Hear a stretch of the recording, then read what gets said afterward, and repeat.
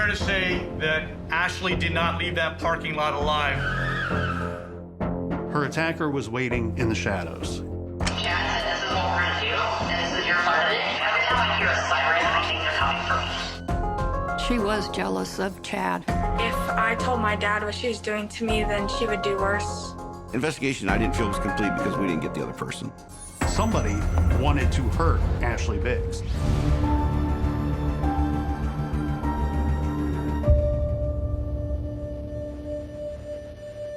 The heartbreak of a broken family, a loss of power and control, volatile personalities, and a ruthless manipulator.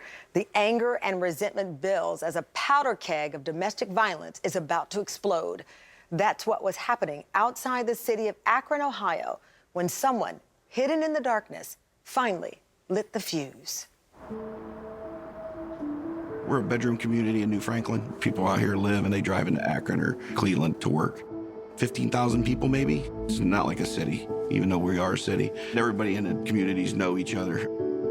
Ashley Biggs was one in a million. If you met her once, you'd never forget her. Ashley was the kindest, most gentle soul you could ever meet. She loved everyone. There was not a mean bone in Ashley's body.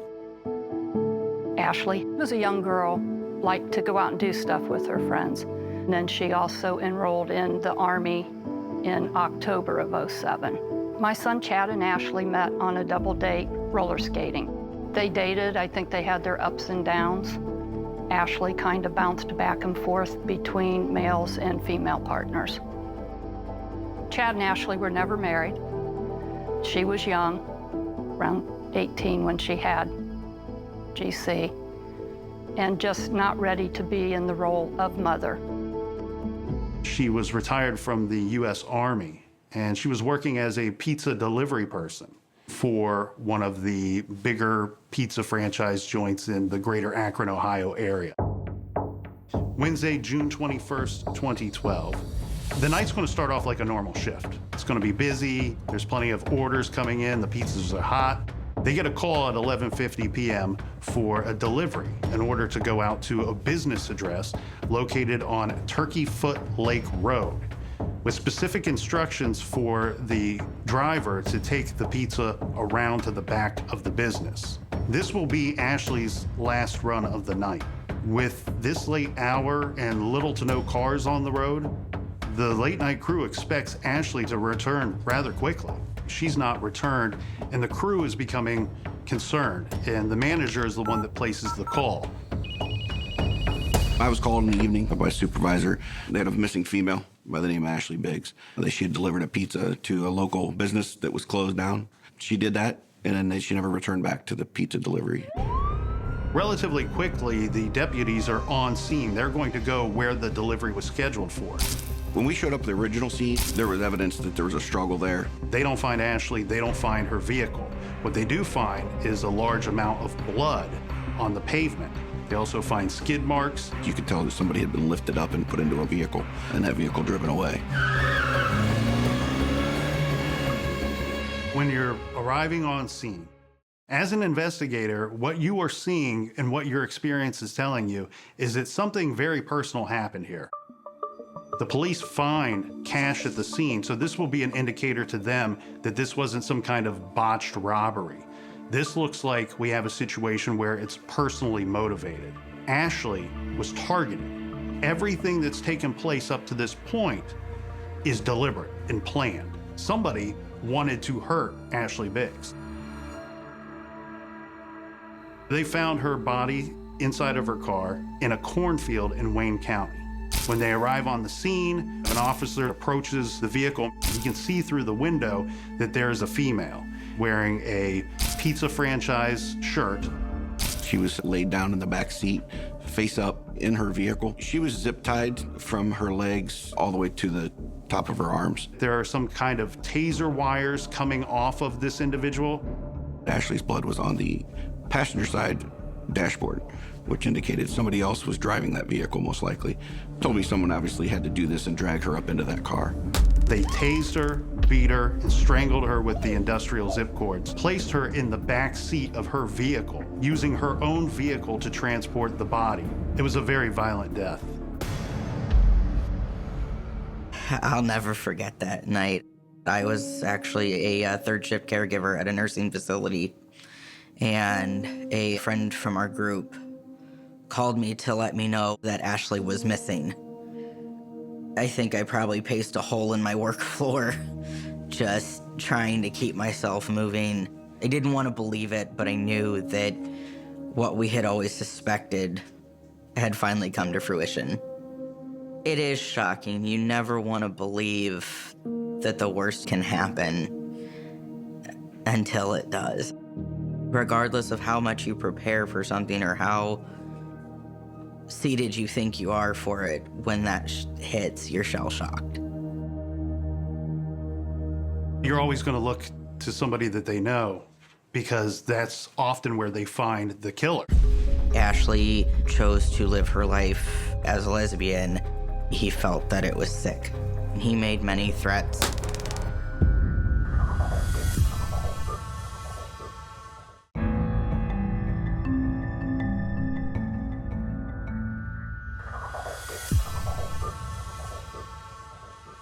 Investigators on the scene quickly deduced that what happened in that darkened parking lot was deeply personal.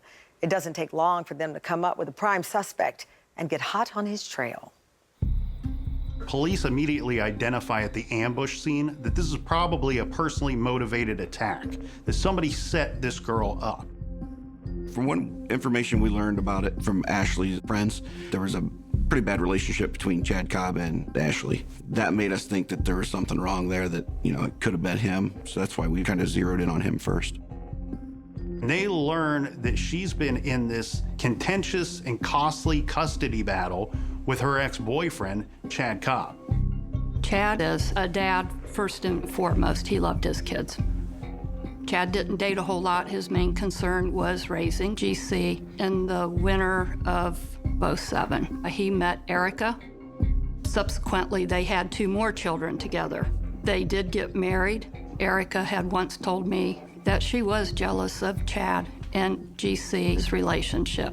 Erica knew this going into the relationship, that they had a nice bond, and she didn't like that bond.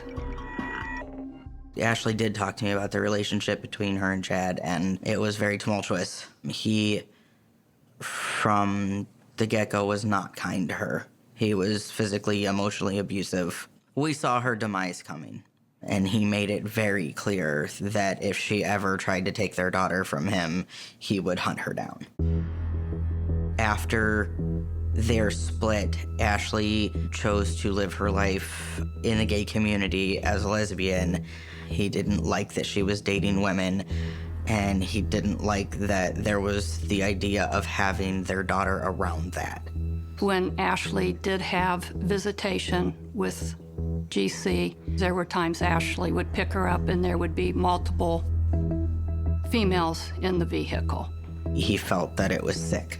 He made many threats. He told her that she would never get their daughter, that she would be dead before she touched her, and that she didn't have the right to be a part of their daughter's life. Chad had spent money on the attorney, wasn't really getting anywhere. It was just tearing the rest of the family apart. It would appear to me that Chad Cobb was looking for a way for this custody dispute to end. He didn't want to spend any more money or time on this issue. Ashley Biggs, from what we can see coming out of the courts, she had to be afraid of Chad Cobb. She took out several restraining orders against him. At one point, he put a GPS tracker supposedly on her car to kind of track her whereabouts and things like that. So that kind of spiked us up to say, let's try to find him. They find her vehicle, but it's also less than 3 miles from Chad Cobb's home. They find Chad Cobb out hiding in the woods, covered in blood. They catch him red-handed. He was hiding behind his grandfather's garage. He had got out and wandered into the woods. He was wearing full camouflage gear, a hunting knife, had a taser. Duct tape strips were on his clothes, zip ties, everything he needed pretty much as an assault kit. I just don't think it was thought through well. And I think he panicked and left all that stuff lay there. And it kind of gave it to us on a silver platter at that point. We arrested Chad that day, kind of turned himself in. He didn't have anywhere to go. It takes a little bit of time for Chad Cobb to confess to killing Ashley Biggs. He was not very cooperative following his arrest, but he's going to be indicted by a grand jury who is going to let him know that he's going to be facing the death penalty. And now he's willing to talk. He ended up pleading and taking a plea to it. He confessed to the crime. Most of the time when we are looking at a case where a man kills his wife, ex-wife, or ex-girlfriend, they make an arrest, he confesses to the murder, lock him up for life. That's the end of the story. Not here. Not in this case. Investigation I didn't feel was complete because we didn't get the other person. Wholeheartedly, we believe that there was a female involved and that somebody else helped him by making the phone call.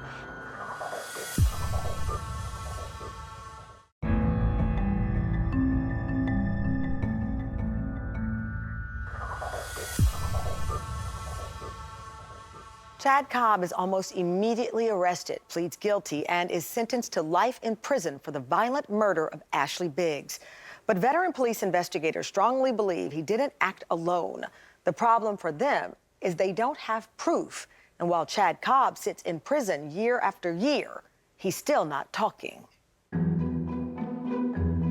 When you talk about getting the whole story, even when we have a killer that confesses to an attack and a murder, you have seasoned detectives who have this nagging feeling that, you know what, we may have got our guy, but we don't have the whole complete story here. There's something else going on. Investigation I didn't feel was complete because we didn't get the other person. Wholeheartedly, we believe that there was a female involved. We were thinking definitely that somebody else helped him by making the phone call and most likely obviously driving him there because he couldn't have drove both cars out.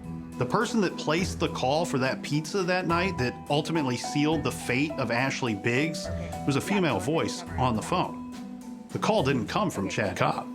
Naturally, the detectives are going to suspect his wife, Erica Cobb.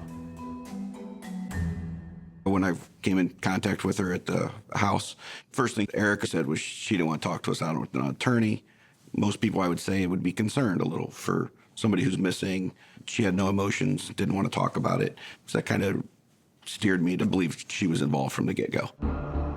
A detective is going to want to know why, when they found Chad Cobb out running around hiding in the woods, why his wife and children are in an SUV that's hiding behind a garage on his grandparents' property. Why is his wife in such close proximity to him, the murder victim, and her vehicle and the ambush site?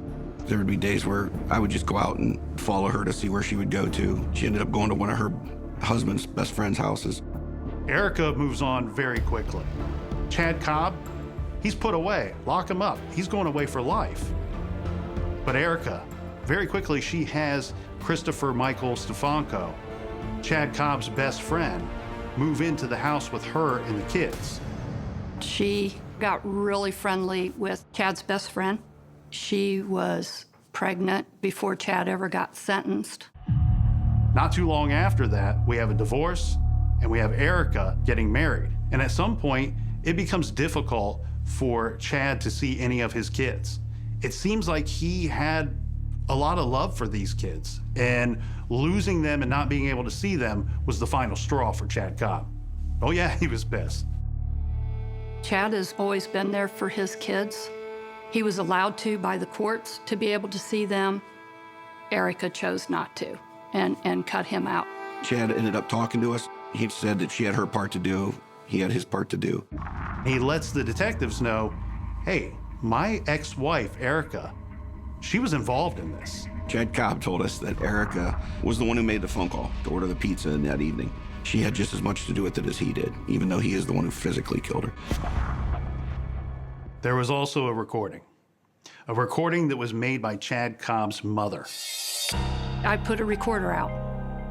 We talked for a few hours, and then she had stated that she made the phone call to deliver the pizza. You have a perfect plan, but it didn't go the way it was supposed to go at all. You know, you can't like really function in everyday life if you're looking over your shoulder every second. Every time I hear a siren, I think they're coming for me. That's what got Erica Stefanko arrested. the proof that she made that phone call. Erica Stefanko stands accused of luring a pizza delivery driver into a trap that ended her life. Chad's mother, she had a recording that Erica confessed to making this phone call, and that helped us. It wasn't enough to give us what we wanted. Do you think by being here that you're helping your dad get out of prison?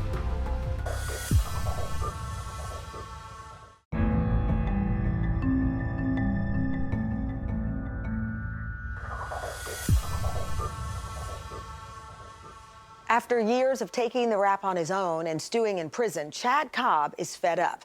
He finally implicates his former wife, Erica Stefanko, in the killing of Ashley Biggs. She's charged with aggravated murder.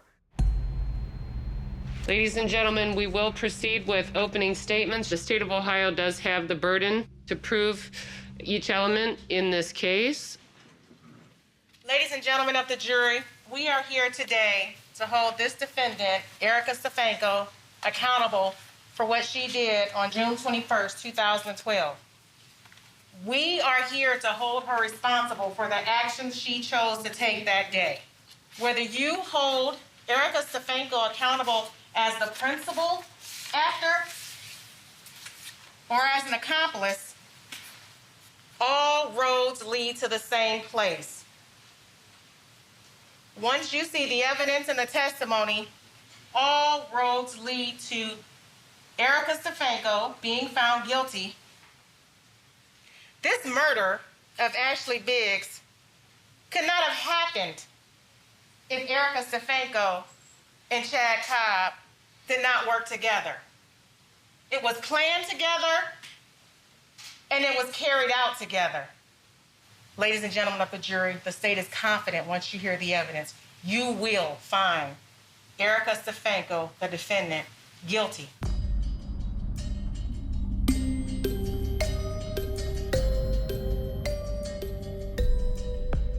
This case has its genesis in a custody battle.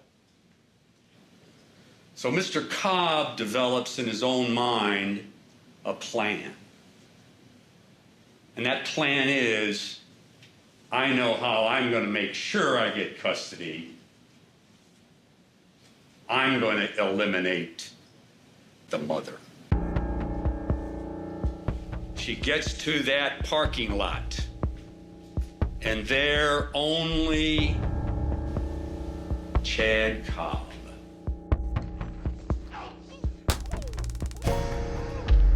He then stands in front of a judge and admits that he beat and strangled and was guilty of aggravated murder of Ashley Biggs. He never mentions that he has an accessory. He never mentions Erica Stefanko's name. After 8 years now, he's stewing in that prison. He wants to get out of prison early. He wants his sentence shortened. Listen to every side of the story. And at the end, ladies and gentlemen, I'm convinced you will find that Erica Stefanko is not guilty. Thank you. I am Dr. Lisa Kohler. I am the Chief Medical Examiner for the County of Summit. So the next slide is going to be evidence of the ligature strangulation. There is a photograph that shows the zip tie present around her neck. So what is the significance of that? There's been some deep trauma to the neck. She has injuries around where the ligature is, where there are some abrasions, which likely are her attempting to dig at the ligature itself and remove it. She does have injuries on the backs of her hands, which would be what we would classify as a defensive type wound where somebody is trying to fend off another individual. Were you able to determine which of the findings would have been inconsistent with life? The ligature around her neck would be a lethal injury. It's going to be very difficult for the defense to put together a good defense that's going to sway a jury the way they want to sway them. Because the jury's going to see a child on the stand.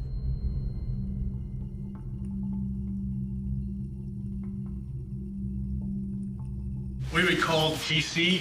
GC, if you don't mind, if you would raise your right hand. GC actually had a lot of involvement in this matter. Her mother was murdered when she was just 7 years old, and her biological father and her stepmother are the two that were charged with the murder of her mother. Under Ohio law, GC meets the definition of victim. We did not find out about the abuse that Erica was doing until after Chad was incarcerated. We tried to get GC into counseling early on, and that's actually where we found out about the abuse. GC wanted to be heard. GC said, you know what? I want to testify in person. She wanted Erica Stefanko herself to hear, this is how I feel and this is what you did. What types of things are we talking about that you're remembering? She was mentally abusive and physically. And how was she mentally abusive? She would tell me that if I told my dad what she was doing to me, then she would do worse. And you said physically, so what was the physical type of abuse? I remember she would hold me on the ground and she would hit me. And then she also, before, made me eat dog feces. Do you know why she made you eat dog feces?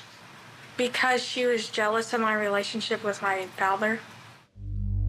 It took a lot of guts for that kid to get up and testify because she was standing in front of Erica. Testimony from child victims in particular, it kind of cuts both ways. You'll have some jurors that will say, oh, this is a child. They're not fully developed. Maybe their perceptions aren't clear. I don't know if they can remember everything correctly. Especially in this case with GC being 15 at the time of trial and 7 when the incident occurred. Do you remember your mother's death? I remember it happening, yes. Okay. Do you remember that there was a custody battle over you? I don't remember the custody battle. Whenever I talk with any of my clients about testifying in a courtroom, I give a lot of the same advice. With GC, it was just make sure whenever you're asked any questions, all you have to do is tell the truth.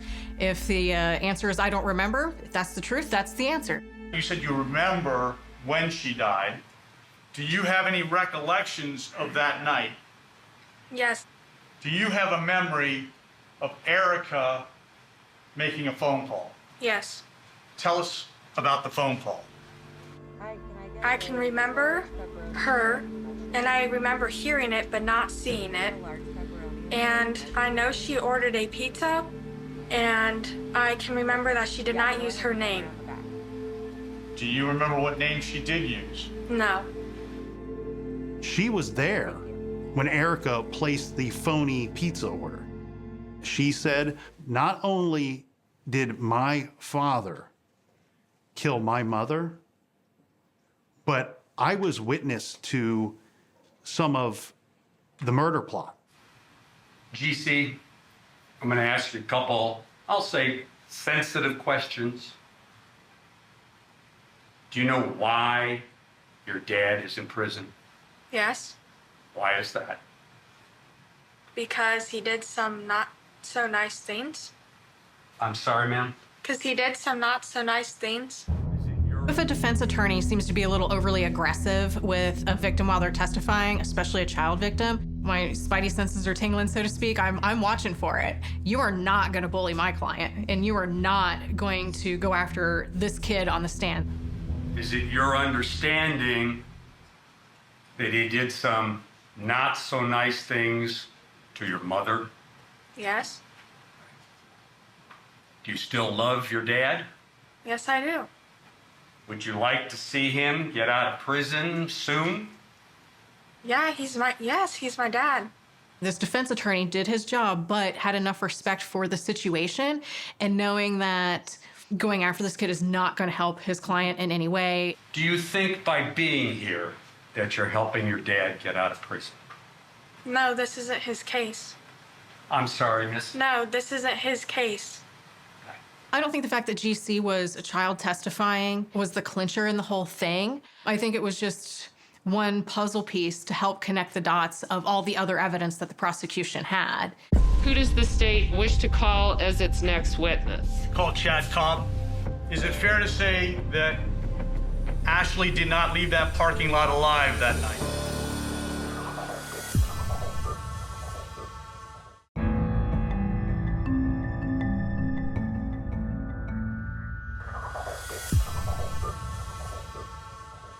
The defense claims that all of this is the result of a bitter Chad Cobb wanting revenge and retribution for his ex-wife, Erica, leaving him and moving on with her life.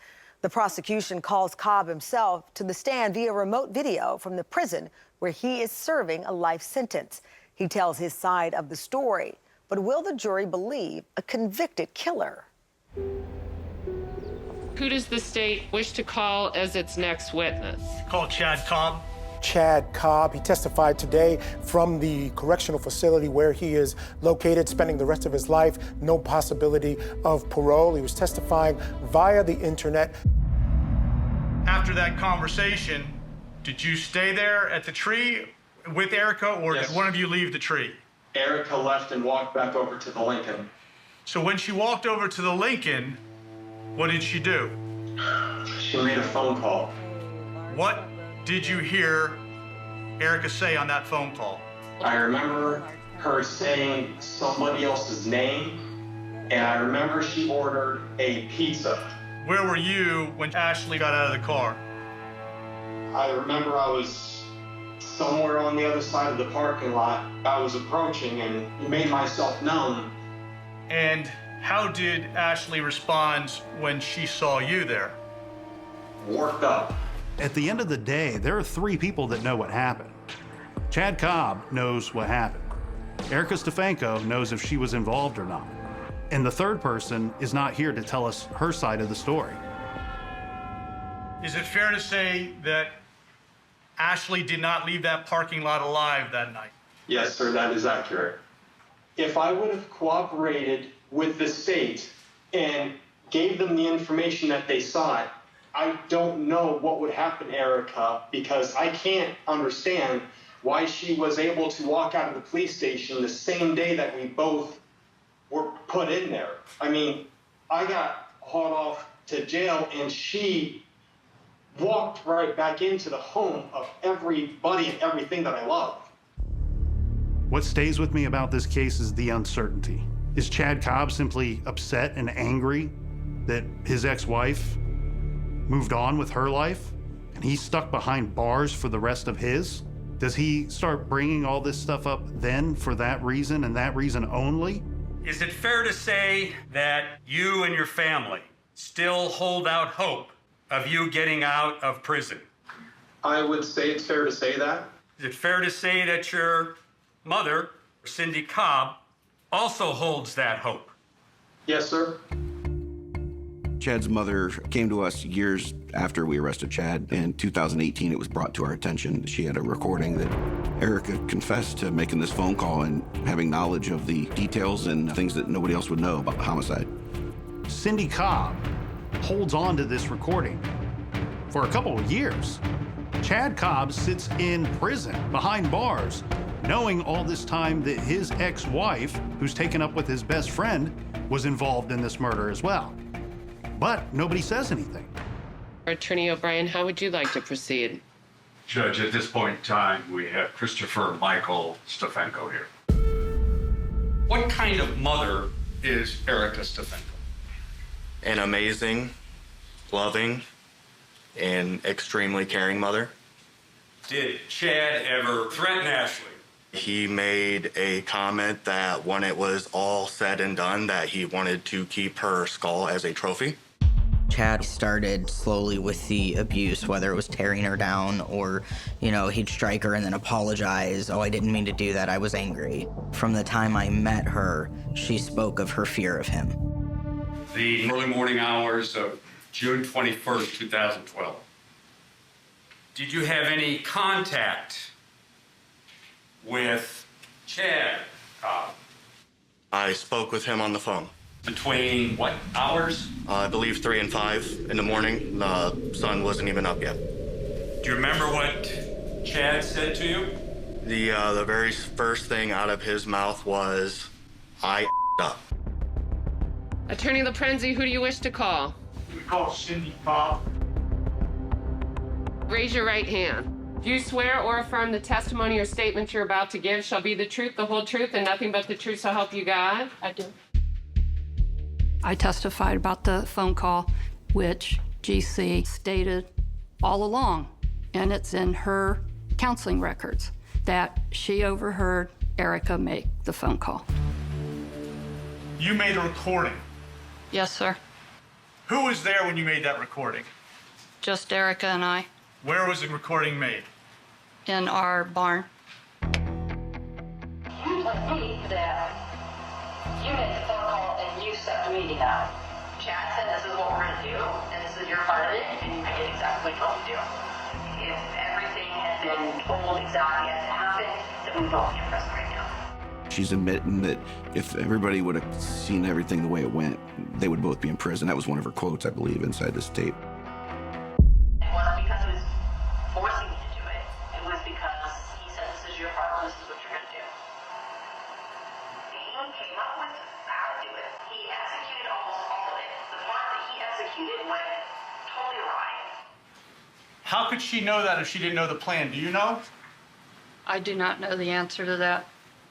Erica walked out of the police station, I am told by the prosecutor, without even giving a statement.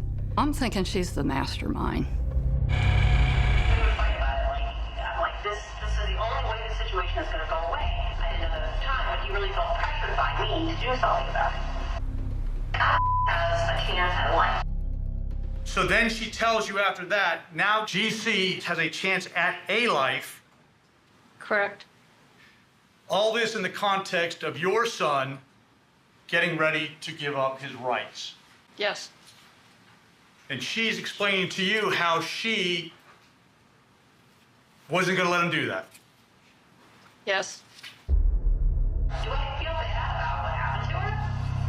Even the moments that she went through before her life ended? Not really. And I always threw the ball back in his court. You know what you can do and what you can't.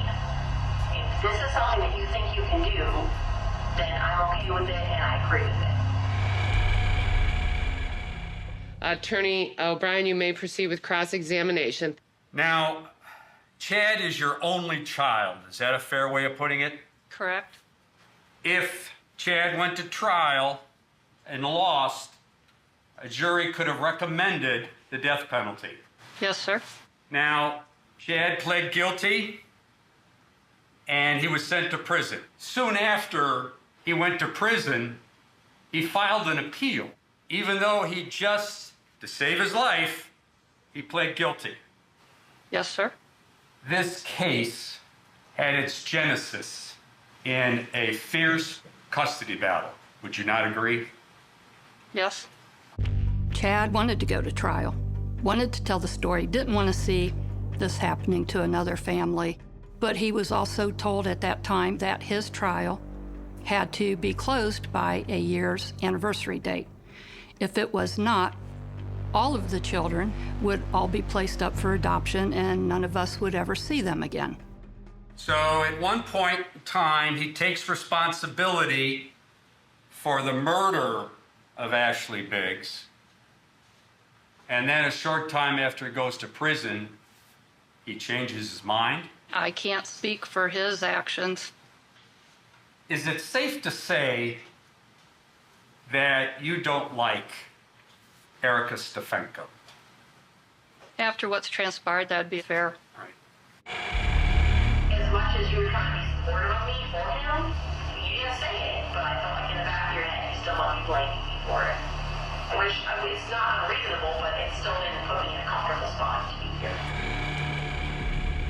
You're hoping some way, somehow, to get Chad out of prison. Is that correct? I would hope to one day. You're still willing to do just about anything legal to help get him out of prison, or at least get his sentence reduced. Is that a fair thing to say? I think any parent would do that.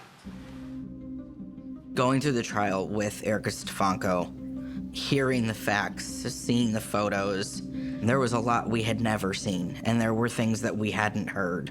It was like losing Ashley all over again. It was that gripping feeling of she's really gone. I'm sorry. It's my understanding that the jury has reached a verdict.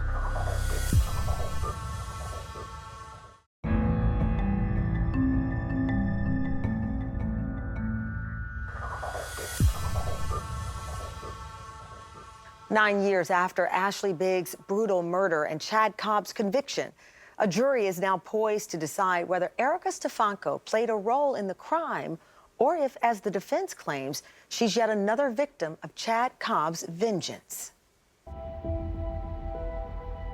Ladies and gentlemen, you've heard all of the testimony and evidence. We are now in a place where we will proceed with closing arguments. So at this time, counsel will be prepared to proceed. Ladies and gentlemen of the jury, we are here to hold Erica Stefanko accountable for the actions she chose to take on June 20th through June 21st, 2012.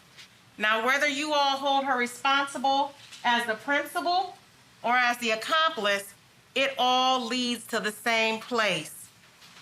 All roads lead to Erica Stefanko being guilty of the crimes charged in the indictment. Chad Cobb could not have committed the murder of Ashley Biggs by himself. She drove Chad to the crime scene.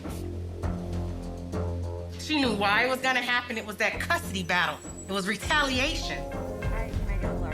She made the call that lured Ashley Biggs to her death. She followed Chad to the cornfield. She waited at that cornfield for him to dump Ashley's body and the car. Went back to the initial crime scene with him to clean up the evidence and hid with Chad at his grandparents' house where they actually were caught by the police. She committed this murder with Chad Cobb. She was there with him every step of the way. From the beginning, the planning. From the middle, the execution. And the end, the potential cover-up. The state is confident that you will find the defendant, Erica Stefanko, guilty of all the crimes charged in the indictment. Thank you very much. Attorney O'Brien? Correct, thank you. Ladies and gentlemen, one of the Supreme Court justices of the United States said many years ago that cross-examination was the greatest determiner of the truth that we have in our judicial system. What you heard early on in the cross-examination of Chad Cobb speaks volumes. When Chad Cobb was asked, did you and Erica plan to kill Ashley Biggs? And what was his answer? One word, no. He didn't hesitate. He said no. This is the state's witness. Now, I'm not going to pick on a 15-year-old, but let's talk a little bit about GC right now. When this incident happened, she's 7 years old. 8 years later, comes into this courtroom and describes with unusual detail about this phone call. Yeah, go ahead and come around. Yet, she tells us she was asleep the rest of the time. I would submit, ladies and gentlemen, that children of any age group are susceptible to influence. I submit to you that Erica Stefanko is a scapegoat of Chad Cobb. He wants to use her to get out of prison. What's his motive? Well, ladies and gentlemen, if you haven't thought of it by now, it's real simple. It's revenge. It's my understanding that the jury has reached a verdict.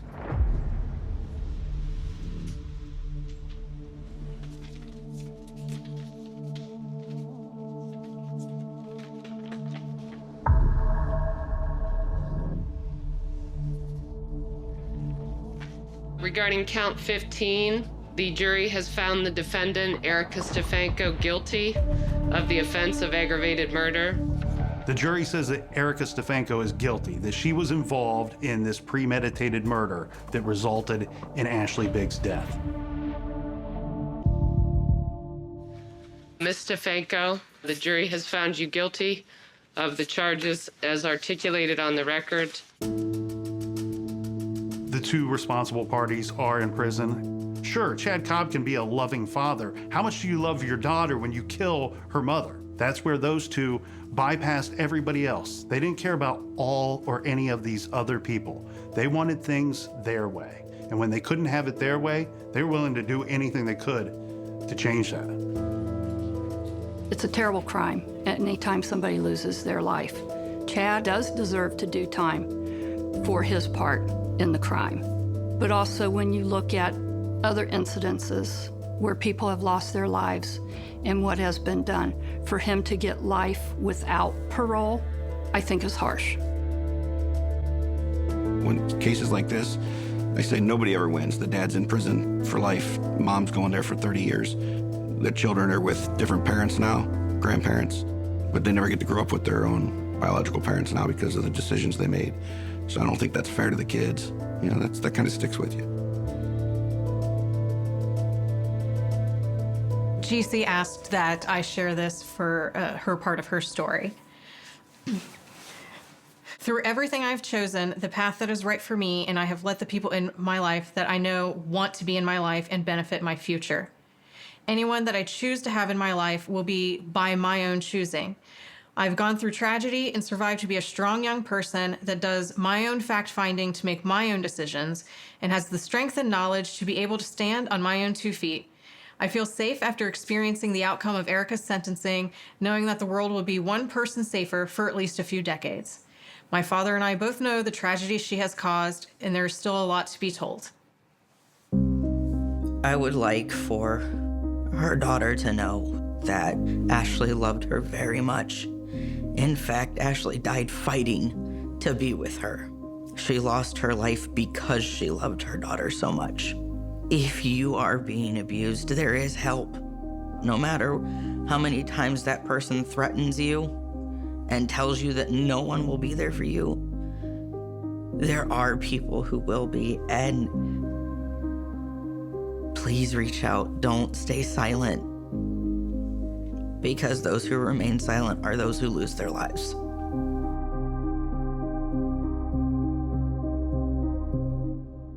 Erica Stefanko was sentenced to life in prison. She is appealing her conviction. Chad Cobb will remain behind bars for the rest of his life. Some of Ashley's friends now work to keep her legacy alive by providing help for those suffering from domestic violence. If you're a victim of abuse, we urge you to contact the National Domestic Violence Hotline. It's completely confidential, and they can help you find a way to safety.